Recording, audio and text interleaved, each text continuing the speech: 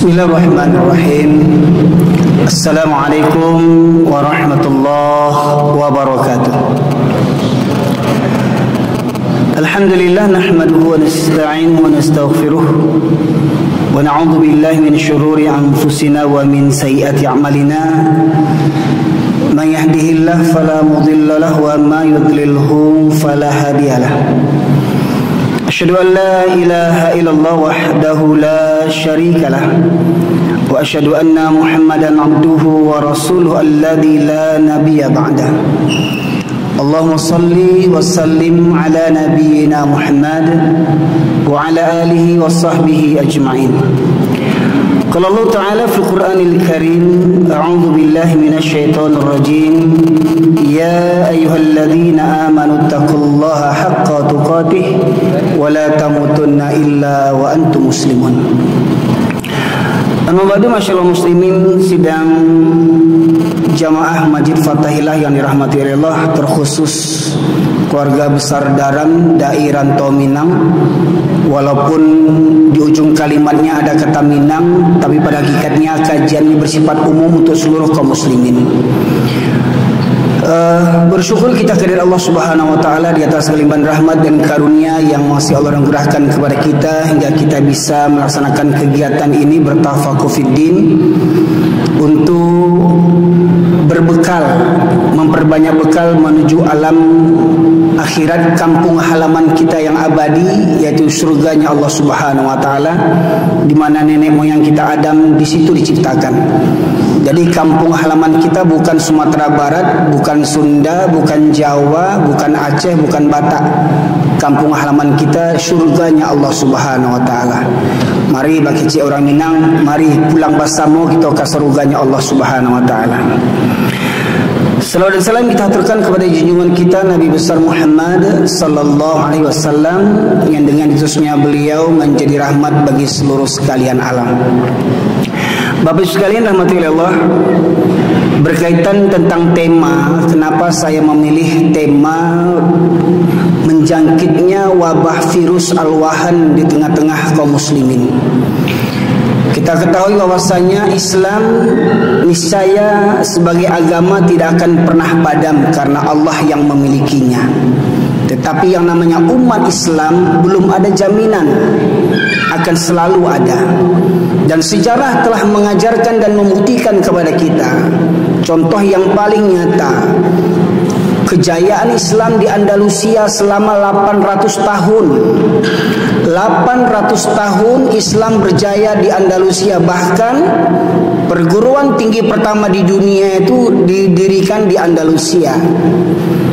800 tahun Islam berjaya di Andalusia. Namun bagaimana akhirnya? Andalusia, Islam di Andalusia porak-poranda.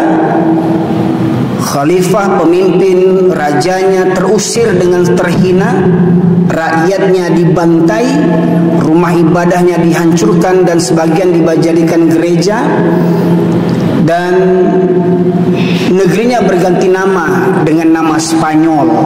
Orang taunya Spanyol itu hebat sepak bolanya. Orang tidak tahu, banyak yang tidak tahu bahwasanya Spanyol itu adalah punya sejarah tentang kejayaan Islam. Nah, masyaallah muslimin rahmati Allah, ini sebagai pelajaran dan iktibar bagi kita. Ya, kita di negeri Indonesia yang mengaku, yang merasa, yang jumawa, yang gadang kapalo kecil orang awak, merasa bangga dengan jumlah yang mayoritas. Oh, kami umat Islam terbesar di dunia. Ya, kami umat Islam yang terbesar di dunia. Ya. Dan ingat, kita belum pernah sejaya Andalusia. Andalusia saja padam Islam di sana, apalagi kita. Ya. Maka masyaallah muslimin yang dirahmati Allah, mari kita dengarkan dua hadis sebagai muqaddimah dan nanti akan kita uraikan melalui tafsir ayat bil ayat. Jadi akan dikuatkan dengan tafsir-tafsir Al-Quran yang ada kaitan dengan apa yang kita bahas pada kesempatan kali ini. Rasulullah SAW bersabda, yushikul umamu an tada'a alaikum kama tada'al akalatu ila qas'atiha Faqala qail wa min kilahtun nahnu yawma idzin ya Rasulullah. Qala bal antum kathir walakinnakum ghusaa'un ka ghusaa'is sail. Wa la yanza'na min suduri 'adikum mahabbata minkum wa la yaghrifanna Allah fi qulubikum wahan. Wa qala qail wa mal wahan ya Rasulullah hubbud dunya wa karahiyatul maut. Rawahu Abu Daud wa Imam Ahmad. Dari Thauban radhiyallahu anhu, Rasulullah SAW bersabda, akan datang zamannya, akan datang masanya nanti kalian umat Islam akan diperebutkan seperti mana orang-orang lapar memperebutkan makanan. Maknanya kalian akan diperangi oleh orang-orang yang serakah, oleh orang-orang yang kelaparan, lapar akan kekuasaan. Kalian akan diperangi, kata Rasulullah. Itu Rasulullah menyampaikan ketika beliau masih ada, ketika Islam sedang jaya-jayanya. Namun di antara mukjizat Rasulullah yang diberikan Allah Subhanahu wa taala, beliau bisa menyampaikan peristiwa yang terjadi sebelum beliau ada dan setelah beliau tiada. Dan ini salah satunya hadis berkaitan tentang al-wahyi. Akan datang masanya nanti kalian akan diperangi, akan diperebutkan seperti mana orang-orang lapar memperebutkan makanan. Sebagai contoh masyarakat muslimin, ini contoh hidangan, contoh makanan, sepotong roti.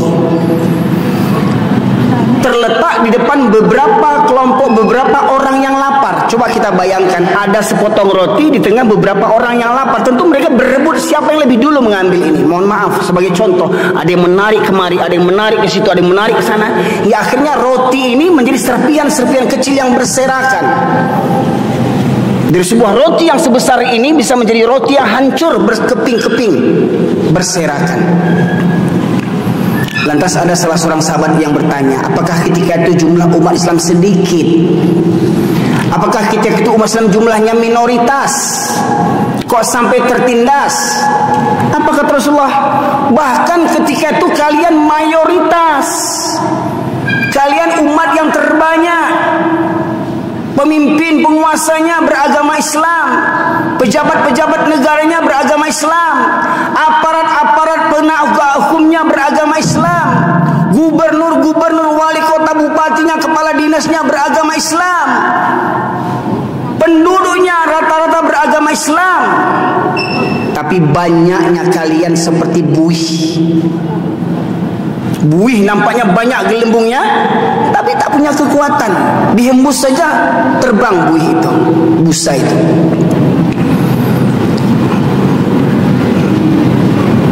Dan Rasulullah katakan,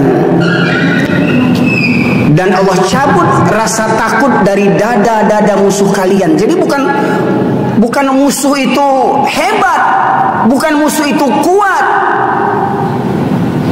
Allah cabut rasa takut musuh-musuh terhadap kalian. Musuh yang jumlahnya minoritas, tidak ada rasa hormat, tidak ada rasa segan, tidak ada rasa takut kepada kalian. Karena Allah cabut rasa takut dari dada mereka. Bukan karena mereka hebat.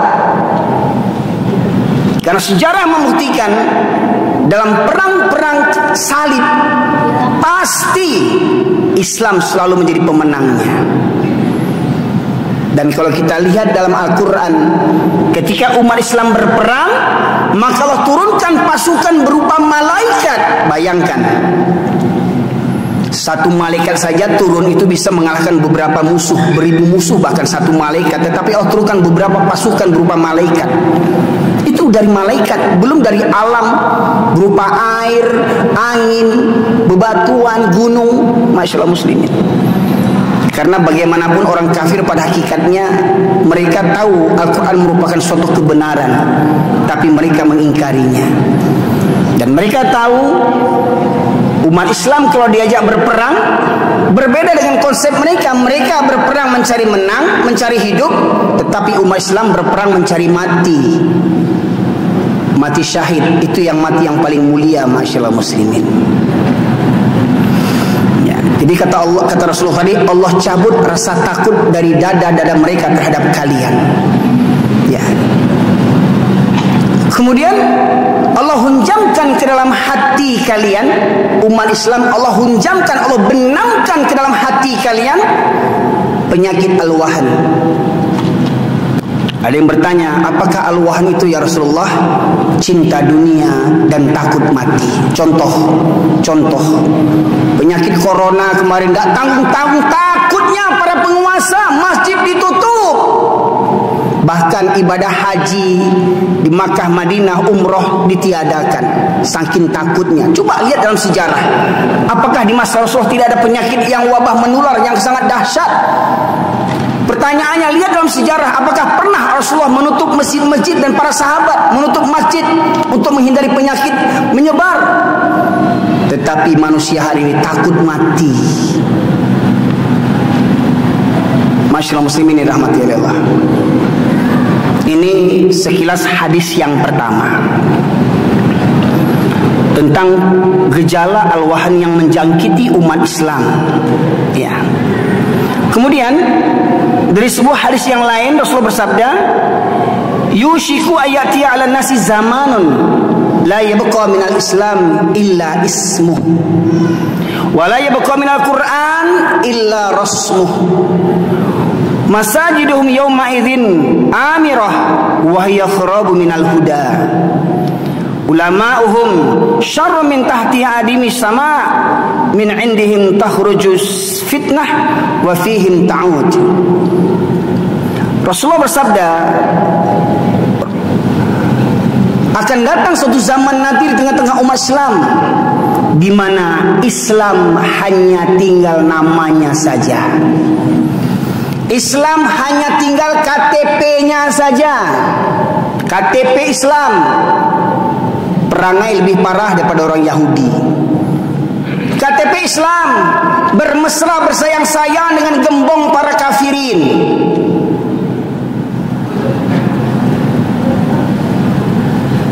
Ya. Kemudian tidak ada lagi Quran kecuali tinggal tulisan saja. Al-Quran hanya menjadi hiasan. Al-Quran jadi jimat, jadi pelaris, jadi pemanis, jadi alat kuat, jadi ilmu kebal. Bukan untuk dipahami dan diamalkan. Al-Quran hanya untuk diperlombakan. Lomba MTQ dapat juara, lomba hafiz Quran dapat juara, lomba mengamalkan Quran dapat penjara. Coba contoh mengamalkan Quran. Nampak sama kita orang berzina dirajam 100 kali, dapat penghargaan enggak kita? Enggak, dapat penjara. Nah. Kemudian ketika itu masjid-masjidnya megah, mewah, banyak masjid-masjid mewah, tapi kosong dari hidayah. Hari ini orang berlomba-lomba membangun masjid. Akhirnya masjid jadi apa? Ibarat candi, tempat orang berfoto-foto selfie. Saya di sini, saya di sini.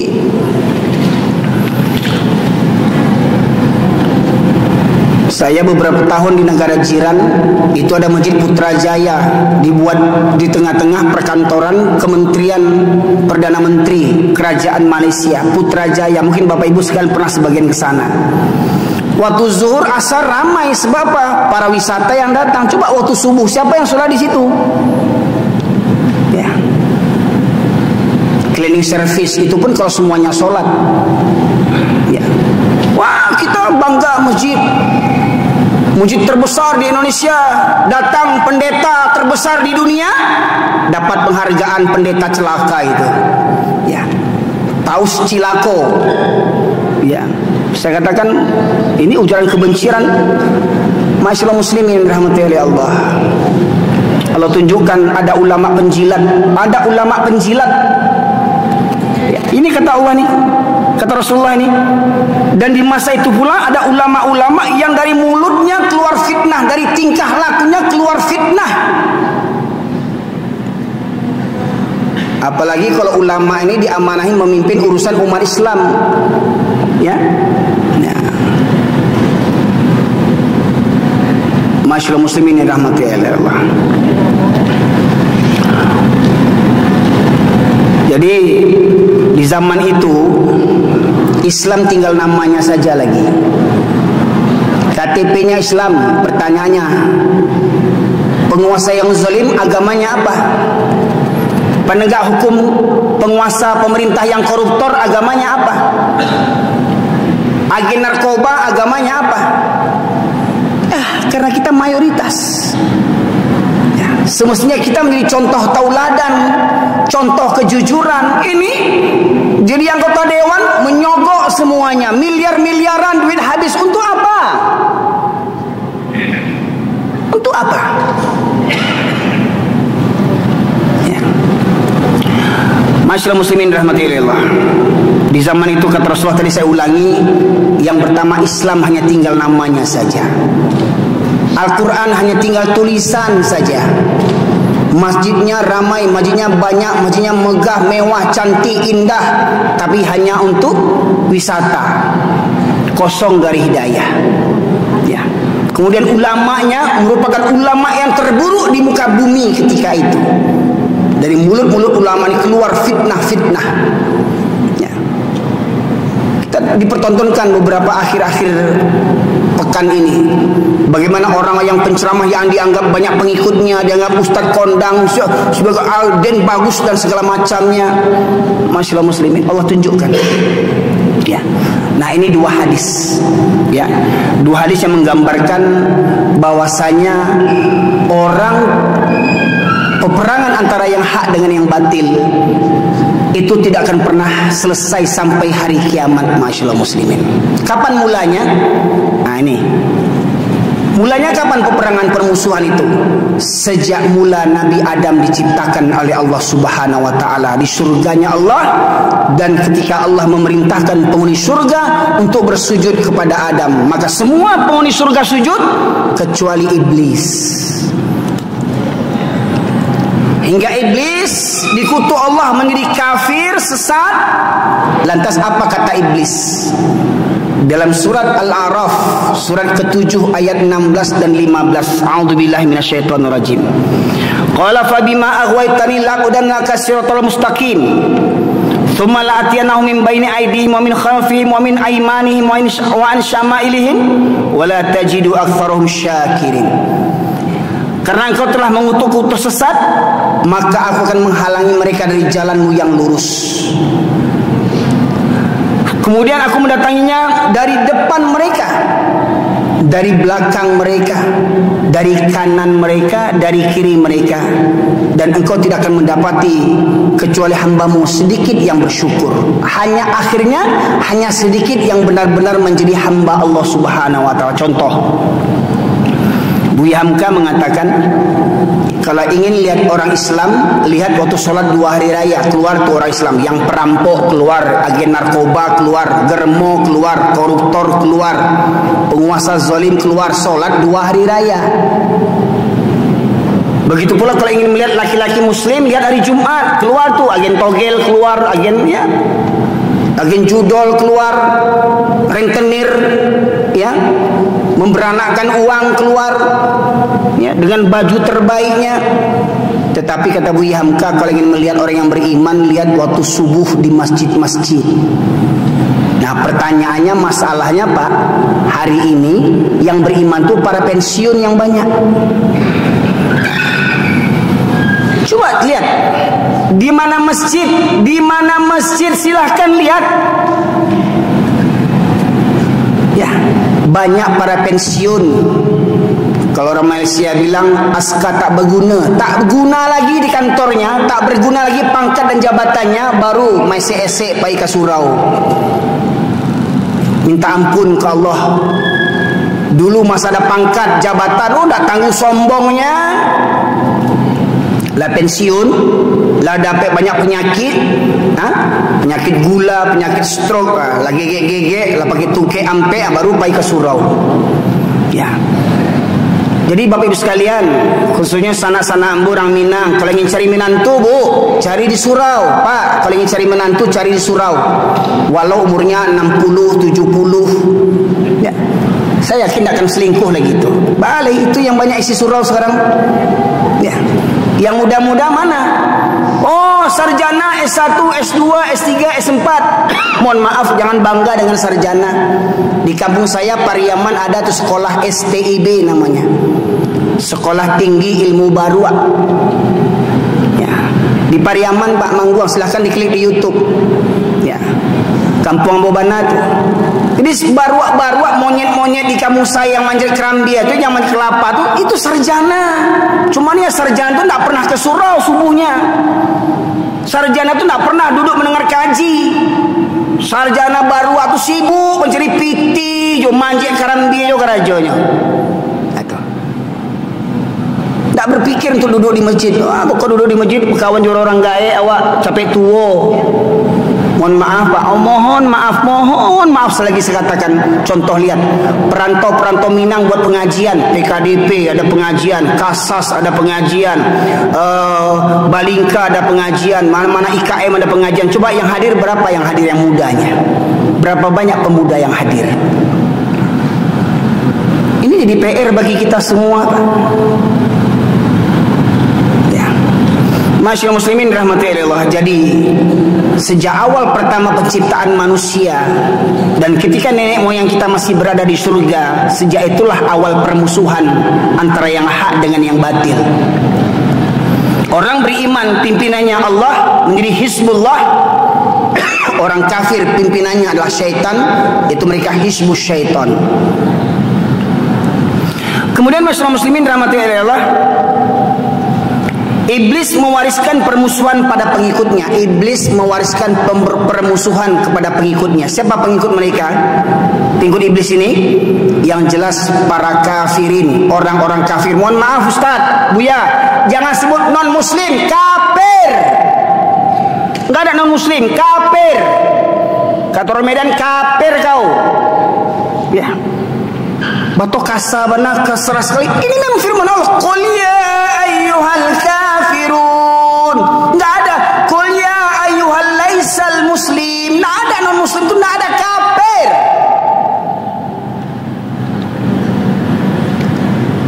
Mohon maaf, ini banyak yang menyebut non muslim kafir. Ya.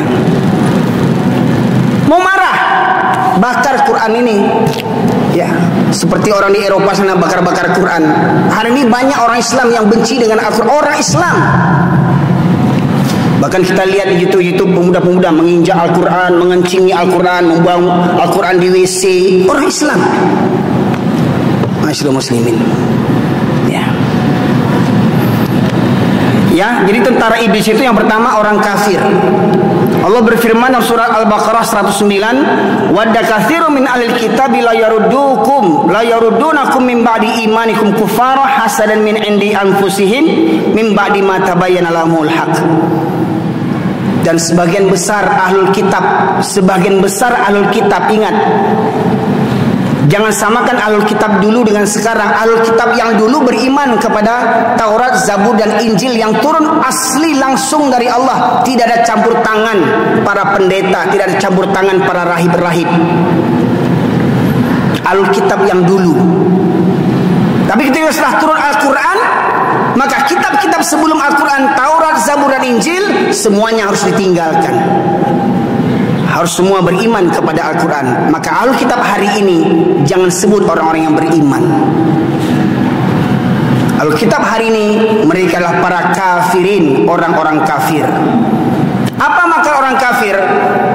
Sebagian besar kata Allah surat Al-Baqarah 109, dan sebagian besar dari ahli kitab menghendaki agar mereka dapat mengembalikan kamu kepada kekafiran setelah kamu beriman. Jadi program murtadisasi, program pemurtadan itu nyata Pak Ibu sekalian. Mohon maaf, di Eropa penduduk muslim bertambah, di Indonesia penduduk muslim berkurang. Mohon maaf, informasi dari MUI saya sampaikan bukan untuk membuat mereka bangga, bukan untuk membuka aib kita, tapi sebagai muhasabah introspeksi bagi diri kita. Informasi dari MUI yang disampaikan oleh Dr. Din Samsudin tahun 2005 di Sumatera Barat, Kota Padang, di gedung Bagindo Aji Sejan dalam acara Halal Bihalal. Beliau mengatakan di tahun 2005, informasi terakhir di tahun 2005, 30 pendeta asli orang Minangkabau sudah ada. 30 lebih pendeta asli Minangkabau yang dipimpin oleh Yanuar Dikoto, orang Lubuk Basung Agam. Bahkan ada sudah Injil berbahasa Minangkabau. yang disusun oleh pendeta dari Payakumbuh 50 kota Pangkalan. Oh, ada yang memposting, ada yang memotong video saya, ceramah saya, bangga orang kafir.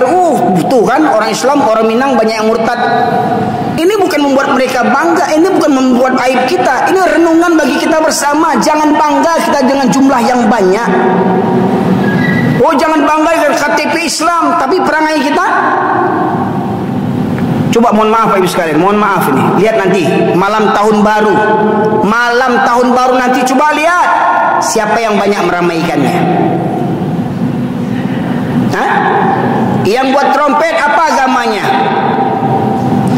Yang buat trompet, yang jual trompet apa agamanya? Yang beli trompet apa agamanya? Yang niup trompet apa agamanya? Yang menunggu jam 12 malam pergantian tahun apa agama mereka kebanyakan? Coba survei. Coba, apa agama mereka? Kebanyakan umat Islam. Ya, Bapak sekalian. Jadi program murtadisasi memurtadkan kita, bukan hanya orang Minang, kita semua orang Islam akan dimurtadkan oleh para kafirin. Ya, maka pentingnya kita menjaga kekokohan akidah, termasuk ibu-ibu, bapak-bapak, khususnya kaum muslimin, spesial orang awak. Kontrol anak-anak kita, jangan ramaikan. Ini ada, saya dapat di grup-grup WhatsApp, MUI Sumbar menyampaikan, MUI Sumbar, Buya Gus Rizal Gazahar mengatakan, ya, jangan ikuti kegiatan malam tahun baru, karena ketika malam itu 3 agama langsung kita yakini tanpa sadar. Yang pertama, ketika masuk jam 12 malam berbunyi lonceng, teng teng teng, itu panggilan umat apa untuk beribadah? Setelah bunyi lonceng jam 12 malam, bunyi trompet, ya, siapa yang meniup trompet untuk memanggil kaumnya beribadah? Kemudian itu petasan kembang api, jas jas jas jas. Kaum apa yang memanggil umatnya beribadah dengan api? Tanpa sadar satu malam orang-orang Islam yang ber-KTP Islam tanpa sadar murtad tanpa mereka sadar. Aneh. Maka harus kita waspadai ini para muslimin. Mau orang Minang, mau orang Jawa Barat, mau orang Sunda, mau orang Betawi, mau orang Batak, yang penting KTP kita Islam, ingatkan busana kita. Sepikan malam tahun baru, dia tuh di bundaran HI nanti udah disiapkan sekarang ini untuk lampu cahaya dan segala macam hiburan-hiburan, pentas-pentas segala macamnya. Ya, masyarakat muslimin rahmatillah. Yang pertama surah Al-Baqarah 109, Allah katakan mereka orang-orang ahlul kitab berkeinginan untuk mengembalikan kamu kepada kemurtadan setelah kamu beriman.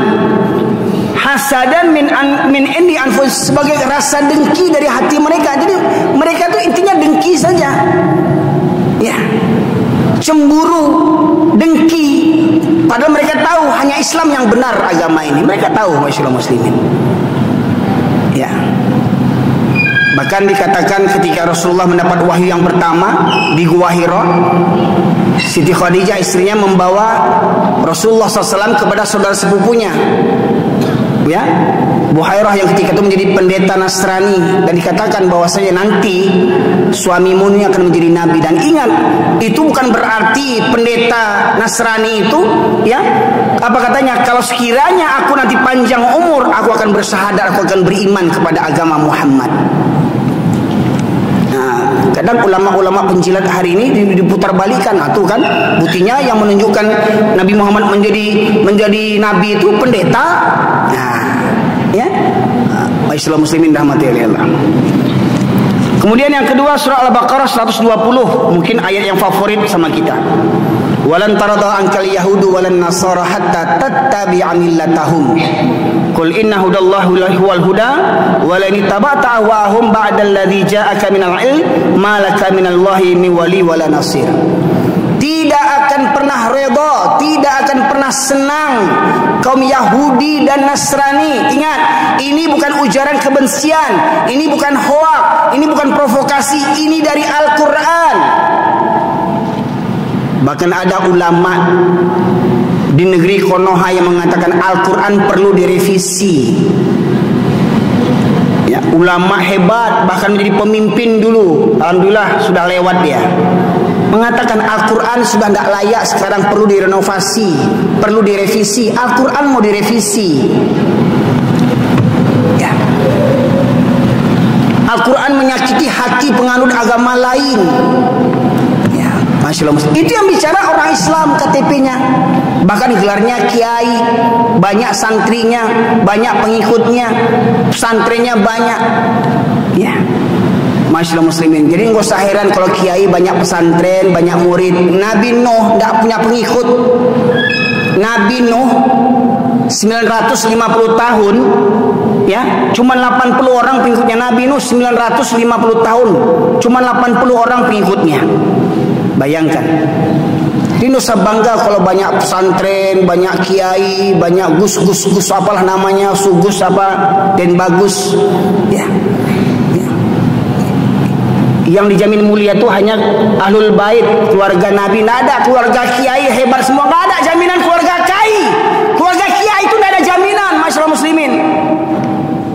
Ya.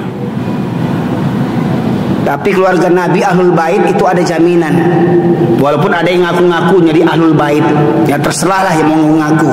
Ya, yang penting kita jangan fanatik buta, jangan taklid buta. Apa kata Allah? Tidak akan pernah orang-orang Yahudi dan Nasrani hatta tattabi'a millatahum, ridho kepada kalian sampai kalian mengikuti milah tata cara hidup mereka. Mohon maaf para jamaah sekalian, KTP kita Islam, mohon maaf berulang-ulang di mana-mana saya sampaikan. Kita yakini orang Islam wajib sholat 5 waktu. Bahkan orang sakit saja wajib sholat. Tidak bisa wudhu bertayamum. Tidak sanggup sholat berdiri boleh sholat duduk. Tidak sanggup duduk boleh berbaring. Berbaring pun tak bisa mengangkat tangan, boleh dengan isyarat. Jadi maknanya apa? Walaupun sakit parah sekalipun tetap wajib sholat. Pertanyaannya, waktu melangsungkan pernikahan, pesta pernikahan, coba jujur, berapa banyak pengantin laki, pengantin perempuan yang sholat? Berapa banyak panitia pengantin pernikahan yang sholat? Sampai mereka menganggap hal yang biasa. Ya gimana mau sholat, gimana gincu ini, gimana make up ini, gimana celak ini, gimana suntiang gak? Sampai ada yang bertanya dengan saya di kampung, Ustaz, bagaimana cara menjamak sholat asar jo maghrib? Sholat asar mau dijamai dengan maghrib. Itu di kampung orang bertanya di Minangkabau. Ambo berdakwah dari Cilacap, Mandiling Natal, Aceh sampai ke Malaysia. Tidak ada orang bertanya tidak ada orang bertanya menjamak sholat asar dengan maghrib. Di kampung orang bertanya, bagaimana cara menjamak sholat asar dengan maghrib? Saya kira ini tinggi pula ilmu orang kampung ini, ya. Saya tanya pula, kenapa ibu menjamak asar dengan maghrib? Ya gimana lagi Ustaz, menjelang asar kami pergi ke salon, bagincu, make up, basuntiang, basu mandan, ya. Berangkat ke rumah anak daro, pengantin perempuan, rombongan menjelang maghrib. Jadi enggak terkerjakan sholat asar sama maghrib. Gimana cara menjamaknya Ustaz? Bisa enggak? Saya bilang bisa. Islam itu agama yang mudah. Bisa dijamak. Gimana caranya? Ganti nabinya. Nabinya ganti. Yang suruh bersuntiang itu siapa? Yang suruh pakai baju adat, bagian cuba celak, bersuntik, bermake up itu siapa yang menyuruh? Ikuti mereka. Jadi mohon maaf ini, kita memang orang Minang, orang adat, tapi ingat jangan lupa agama kita Islam. Coba jujur bundokan doang, kaji apa hukum tabarruj, bersolek perempuan di depan laki-laki yang bukan mahramnya. Coba jujur kaji itu, bundokan doang. Nah, orang Minang kan punya falsafah sarak mengatu adaik memakai. Itu kata kuncinya, sarak mengatu adaik memakai. Apa kata sarak? Apa halal haram kata sarak? Itu yang jadi adat orang Minangkabau. Kalau orang Minangkabau beradat, Tak akan ada orang Minangkabau yang solat seminggu sekali. Orang Minangkabau yang solat seminggu sekali, orang Minang yang tak beradat. Mohon maaf Pak, apa hukum solat berjamaah bagi laki-laki? Hukum solat berjamaah bagi laki-laki apa hukumnya? Di mana-mana saya tanya ini, yang banyak kuat menjawab tuh ibu-ibu yang banyak menjawab. Bapak-bapak pada haniang sadanya. Ibu-ibu yang menjawab wajib kata ibu ni kan. Ya. Kalau saya meyakini dan memahami hukum solat berjamaah bagi laki-laki hukumnya wajib. Di antara beberapa dalilnya, untuk orang buta saja tidak Rasulullah kasih keringanan solat di rumah. Orang buta, Abdullah bin Ummi Maktum, tua, buta, tinggal sebatang kara, rumah jauh dari masjid, tidak ada temannya, tidak diberikan keringanan solat di rumahnya. Orang buta. Ini orang sekarang tidak. Kalau cari dunia, Masya Allah, gunung kan kudaki, lautan ku seberangi, surau terlewati. Cari piti ke Tanah Abang, lantai 7, lantai 8, lantai 9. Kalau lantai sebaleh tak talak, lantai R tu tak talaknya. Atok tu Ambo yakin kok datang je orang Minang sudah enggak cukup musola kau. Enggak dapat jatah kaum yang lain. Orang Minang aja semua kalau hadir ni Mohon maaf ni Jadi banyak sekarang orang Minang yang enggak beradai. Contoh saya kemarin mau dikasuskan sama saudara-saudara kita di Minangkabau, grup-grup Porbi. Pak Ibu, coba saya lihat. Mohon maaf, saya lahir besar di Medan. Ya. Tahun 72 saya lahir di Medan. Saya melewati keluarga saya ada di Kabupaten Karo. Saya ke pesantren kayaknya Madalan Sipiro, melewati Balige, Tarutung, Nasrani, Madrasah Nasrani itu. Tak pernah saya nengok orang Kristen tuh gonceng-goncengan sama anjing. Tak pernah saya lihat orang Kristen satu mobil sama anjing. Coba saya lihat di kampung Pak Buya, saya lihat kampung Buya, saya lihat kampung Ambo. Ujung Minangkabau dari ujung ke ujung, Damas Raya, Air Bangis, Pesisir, Raupanti, basobo orang bergonceng juanjiang, sauto juanjiang. Coba adik sia tu berang marah mereka, itulah tradisi kau lah, tradisi sia angkuang. Ya. Tradisi orang Minang tu, laki-laki tu dulu lalu di surau. Tradisi orang Minang dulu laki-laki tidurnya di surau. Tapi mohon maaf Pak, sekarang nggak bisa yang dibuat begitu, tidur surau. Kenapa? Di masjid tertulis dilarang tidur di masjid. Gimana mau tidur di masjid? Ditulis dilarang tidur di masjid. Itu pengurus kena selek otaknya itu. Ya, masyarakat muslim ini. Nah ini, gimana orang mau tidur di masjid? Ditulis dilarang tidur di masjid. Karena karpetnya mahal, cucinya susah. Apa guna uang infak untuk kebersihan? Ya, para jamaah sekalian. Nah ini. Jadi orang kafir itu, Yahudi, Nasrani, tidak hanya ingin kita pindah agama. Biarlah KTP kita Islam, tapi tindak tanduk kita seperti orang Nasrani. Ada wanita terkenal di televisi, di acara ALC, ya, di acara orang Balingka, Datuk Karni Ilyas sering menampilkan wanita Minangkabau yang acok diundang ke acara ALC dengan bangganya tak berjilbab, pakai suku pula itu. Nah, pertanyaannya, lerong Minang tuh, bagaimana mungkin ada padusi Minangkabau tak tahu juadai? Adik padusi Minangkabau tuh menutup aurat. Itu adik orang Minangkabau. Syarat mengatur adik memakai. Al-Ahzab 59. Hai Nabi, katakan kepada istri-istrimu, anak perempuanmu dan istri orang mukmin agar mereka menggunakan jilbabnya ke seluruh tubuh mereka. Jadi padusi Minangkabau yang tak berjilbab, padusi yang tak beradai. Oh, kareh mana kaji kau? Memang begini kaji tu. Buka kulit tanpa isi. Kau adai yang bersih sampiang, kau sarak betilanjang, kata orang awak. Masyarakat muslimin yang dirahmati oleh Allah. Jadi kalau kita sudah meniru-niru gaya orang-orang kafir, walau KTP kita Islam, mereka sudah bangga. Mohon maaf ini, mohon maaf. Pesta pernikahan, berapa tuh papan bunga itu, berapa satu tuh coba? Berapa satu tuh papan bunga itu? Selamat berbahagia pernikahan Ustadz Erwin yang kedua, umpamanya mimpi ini ya. Sebab istri pertama saya sudah meninggal ya Pak. Ya, nunggu yang kedua ini Buya Elva belum nyari ini. Ya. Ditulis selamat berbahagia. Satu karangan bunga itu berapa harganya? Untuk anak yatim, Masya Allah, pemulung-pemulung di jalanan yang tidur di emperan, betapa bahagianya mereka.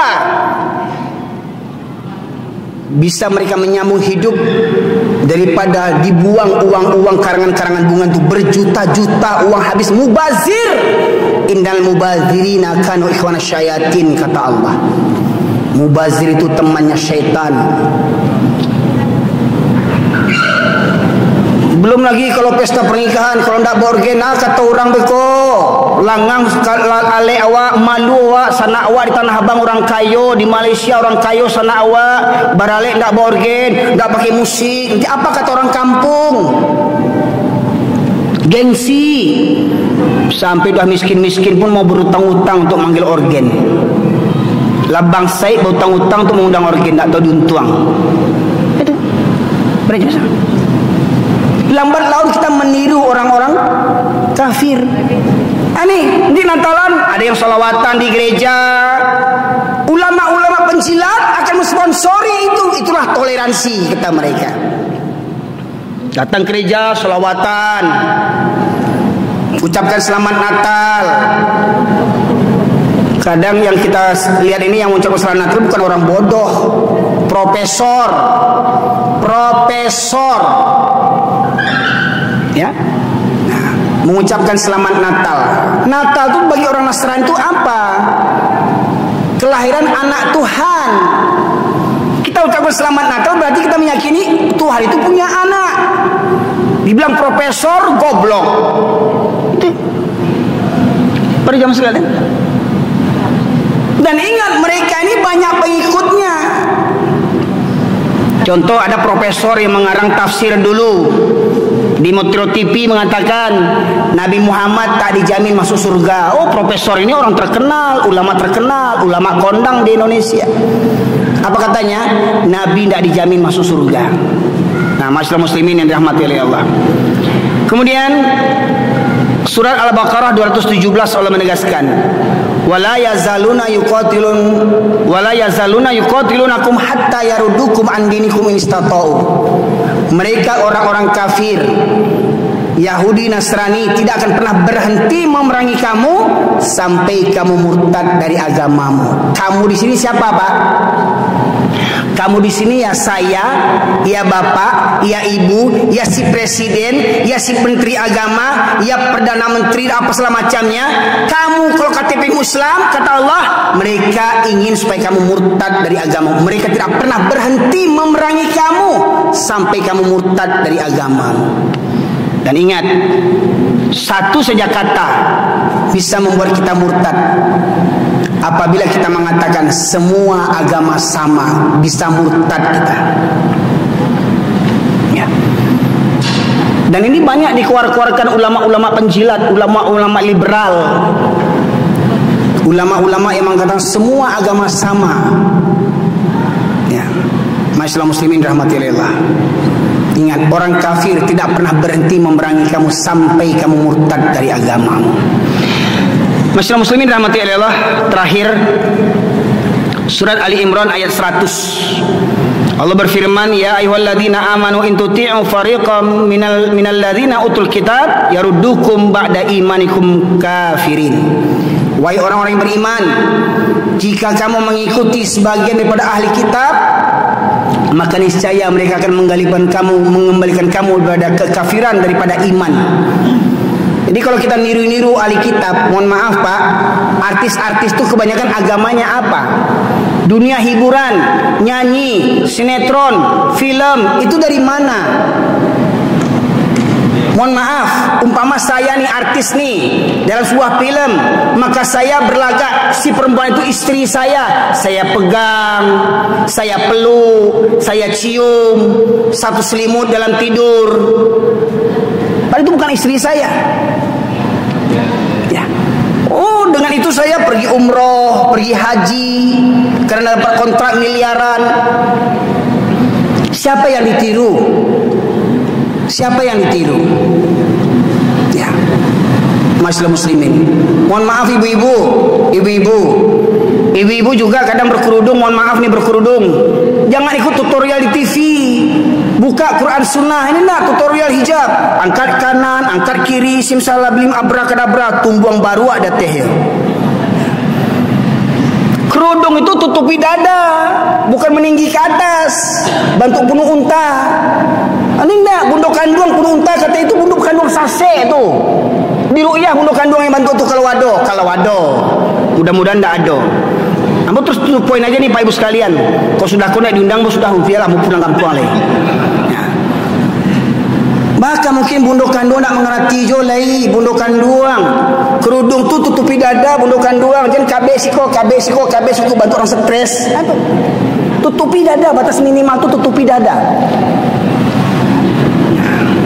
Bah bunduk kandung kamu aja anak kemenakan, bunduk kandungnya nak mengerti je. Mohon maaf Pak.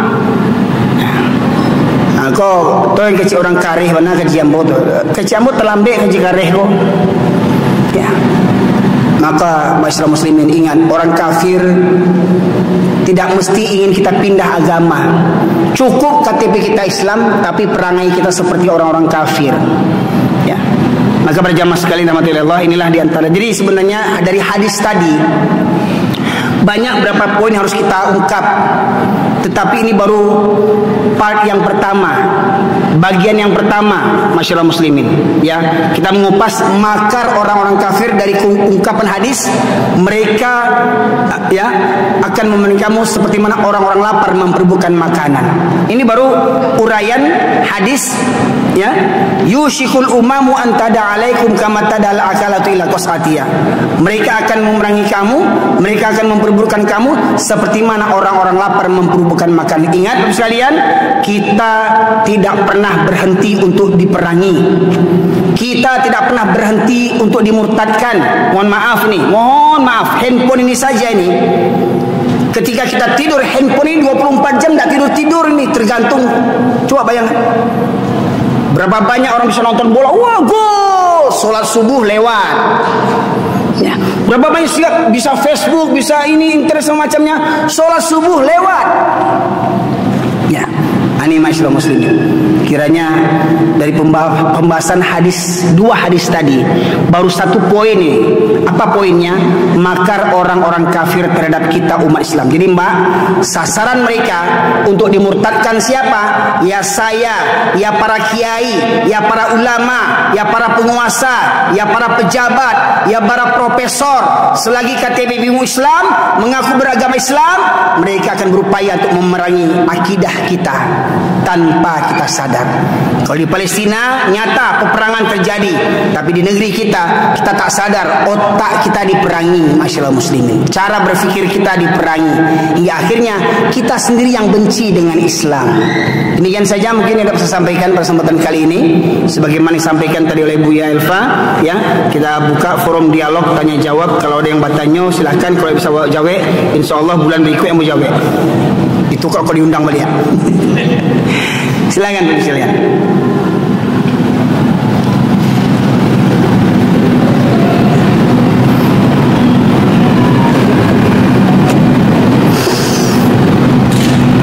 Ada pertanyaan sekalian? Silakan Pak. Assalamualaikum. Waalaikumsalam. Ada mic-nya? Ada wireless ya? Waalaikumsalam. Maaf saya sering mengikuti ceramah-ceramah di YouTube masalah adat istiadat kita. Kebetulan saya itu orang Medan, tapi saya nggak bawa buku di sini. Cuman saya punya istri orang Painanan Pasar Baru. Saya punya cerita masalah waktu itu apa betul meninggal masalah hadis. Jadi saya menjalankan sesuai dengan apa yang diajarkan oleh Al-Quran, tapi saya pada akhirnya sama ibu tua di sisi cerai.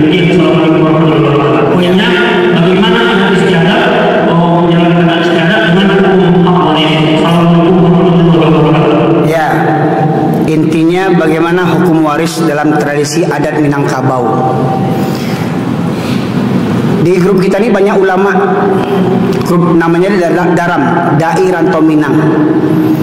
Kalau kita mau jujur, adakah dalam kitab fikih hukum waris, kitab faraid, pembagian pusako tinggi, pusako rendah?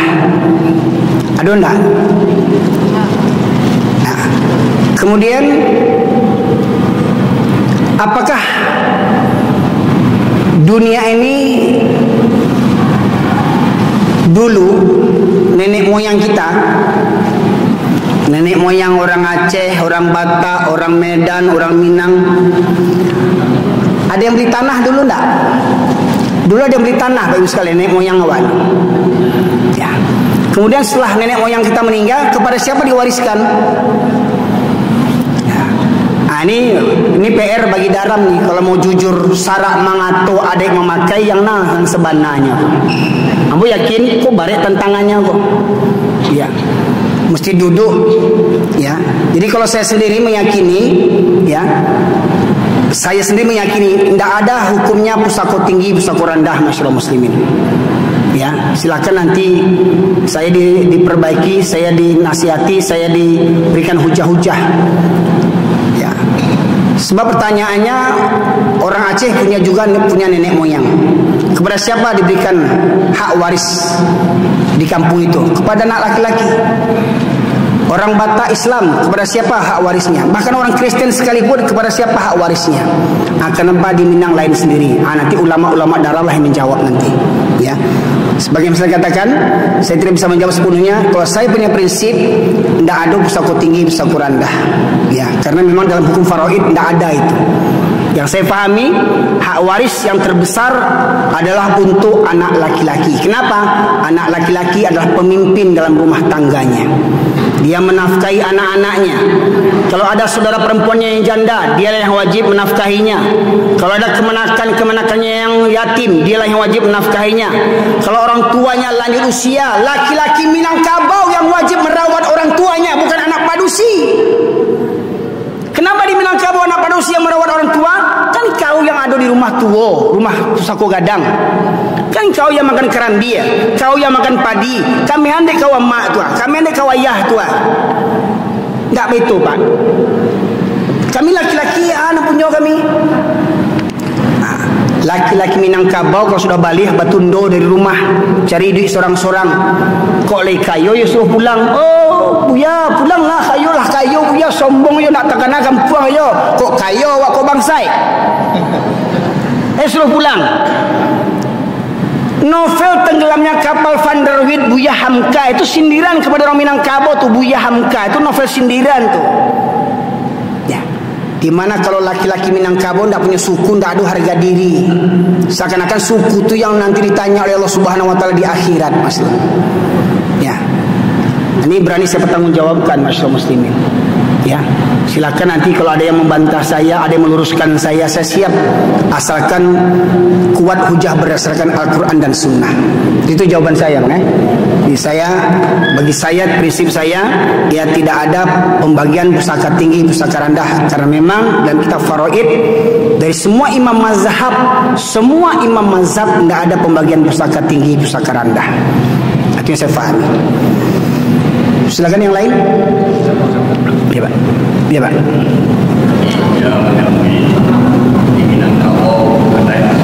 Ya. Ya. Ini Minangkabau ada lihat. Dia lagi berapa buku ya dia. Ya. Malah aku masyarakat dia. Yo. Wah, ada lihat kampung ya, kampung. Ya. Malah nama dia. Ya. Di mana hati nama Minangkabau. Kalau tidak ke atas, api Minangkabau. Ya. Tinggal Kabau. Ya, tinggal Kabau. Ya. Di mana ya? Sekarang hati nama darat di Jakarta di Minangkabau itu kemana? Ya. Sampai di daerah Batu pasaran dia. Ya. Alah, Pak. Ya. Aku mau khawatir sang temu kok wong cowok tadi kan pakai blangkon loh. Akhirnya orang awak ini. Baik. Jadi permasalahannya Pak, mohon maaf Pak, dua sumber kerusakan sebuah bangsa, ulama dan penguasa. Kalau ulama tak berani berkatakan yang hak, kulil haqqa walau kana murron, beko kau sampaikan beko berang urang, beko sampaikan beko tasingguang urang, beko sampaikan beko awak ndak diundang urang, ya, kau ndak diundang awak di mana dapat amplop cek, kecambo, ambo ndak butuh amplop, di mana mau diundang, ambo campak amplop saudara, ya Pak, saya di mana diundang saya amplop dikasih, saya campakkan semuanya, nah isinya diselamatkan. Ya, jadi kulil haqqo wala kana murran. Pertanyaannya, hukum jual beli anjing gimana? Ya, hukum jual beli anjing itu haram. Orang awak beli anjing berpuluh-puluh juta. Ya, dikasih teh talua, dikasih jus pinang, dikasih gizi, anaknya kerupuk pun tak diagiahnya. Malah dia ada Jawa. Tuh. Coba anjing-anjing di Jawa dibawa ke kampung awak. Nanti kau yang mencelek kau berang purbi kamu kau sudah kau ya Pak Islam ya. Yang hamba heran tuh bah kok di Minangkabau yang banyak purbi itu. Coba PR kita sama Buya. Jadi caranya daram dairan Tominang memang harus berdaya. Jaleh jokaji ya. Jaleh jokaji ya. Jadi kau dapat makanya ambo dakwah mau dari kampung ke luar kampung supaya ambo magiah masukan kepada orang rantau kok kondisi kampung awak kuah ya.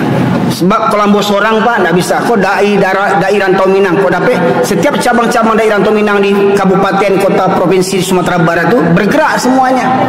Sepakat kita hukum anjing bagaimana dalam Islam? Bagaimana hukum jual beli anjing? Bagaimana hukum kok di YouTube tuh ada yang cari viral anjing di aku buya kok awak diserangnya ambo tak tanggapi ya nak viral lo nyada itu kan. Ini coba memang Pak.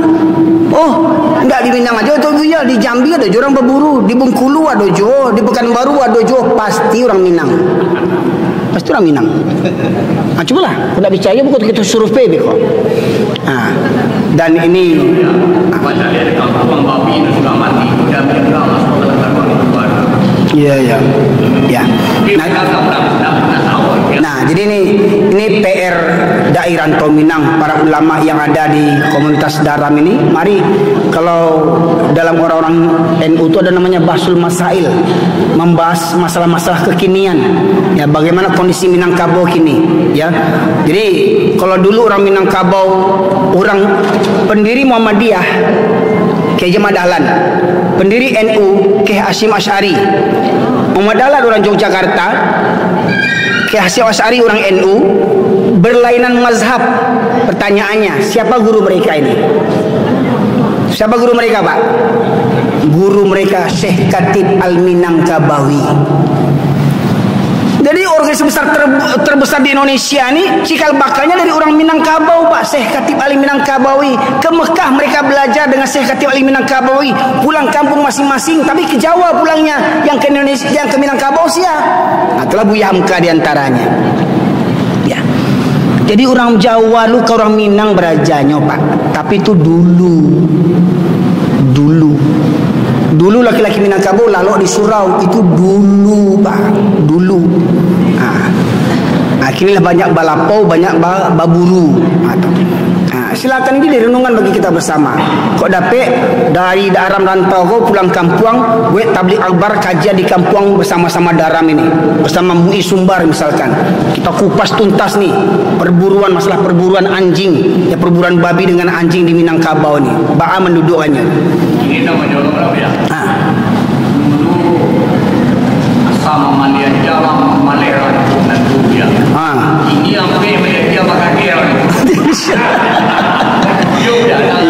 Iya. Jangan Malaysia pakai dia.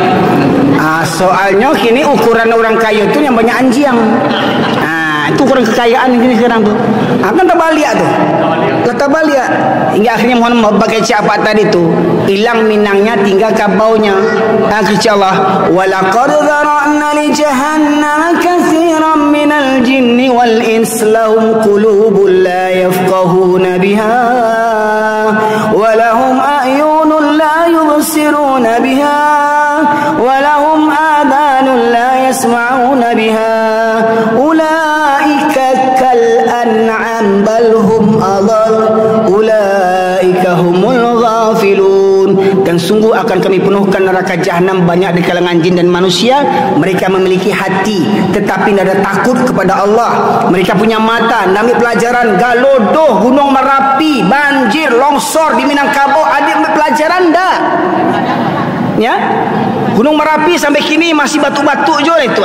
Banjir masih ada di negeri-negeri awak kini kau silih berganti. Jalan Putih di pesisir, Galodoh di Bukit Tinggi sampai ke sampai ke Padang Panjang sampai ke Singkara. Bayangkan yang tak pernah terjadi sama kita. Punya mata, tidak ambil pelajaran. Mereka punya telinga tetapi tidak digunakan untuk mendengarkan ayat-ayat Allah. Azan berkumandang di kampung-kampung kita tapi masjid lengang. Coba saya lihat, Pak. Berkumandang azan, bahkan ada masjid tak berkumandang azan. Bahkan masih ada masjid yang buka cuma hari Jumat saja. Ada masjid cuma buka hari Jumat saja. Habis Jumat tutup masjidnya. Minggu depan buka lagi. Kalah pula gereja. Ada itu. Ini yang terjadi hari ini. Maka saya mengajak, saya makanya senang dengan daram ini. Kau dapat fungsi daramnya begitu.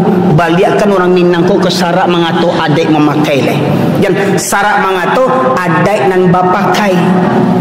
Contoh, mohon maaf Bu ya, masalah mahram saja mungkin orang Minang banyak yang masih enggak ngerti masalah mahram. Siapa mahram dalam Minangkabau itu? Siapa perempuan laki-laki yang boleh melihat aurat wanita? Siapa yang boleh kita salami? Masih tak paham juga kita gini tu. Masih banyak yang berontak, masih banyak yang syok mendengar ayat yang sebenarnya. Nah ini, kita perlu duduk bersama, ya. Makanya kau dapat majlis daram kau ya betul-betul mencerahkan, ya.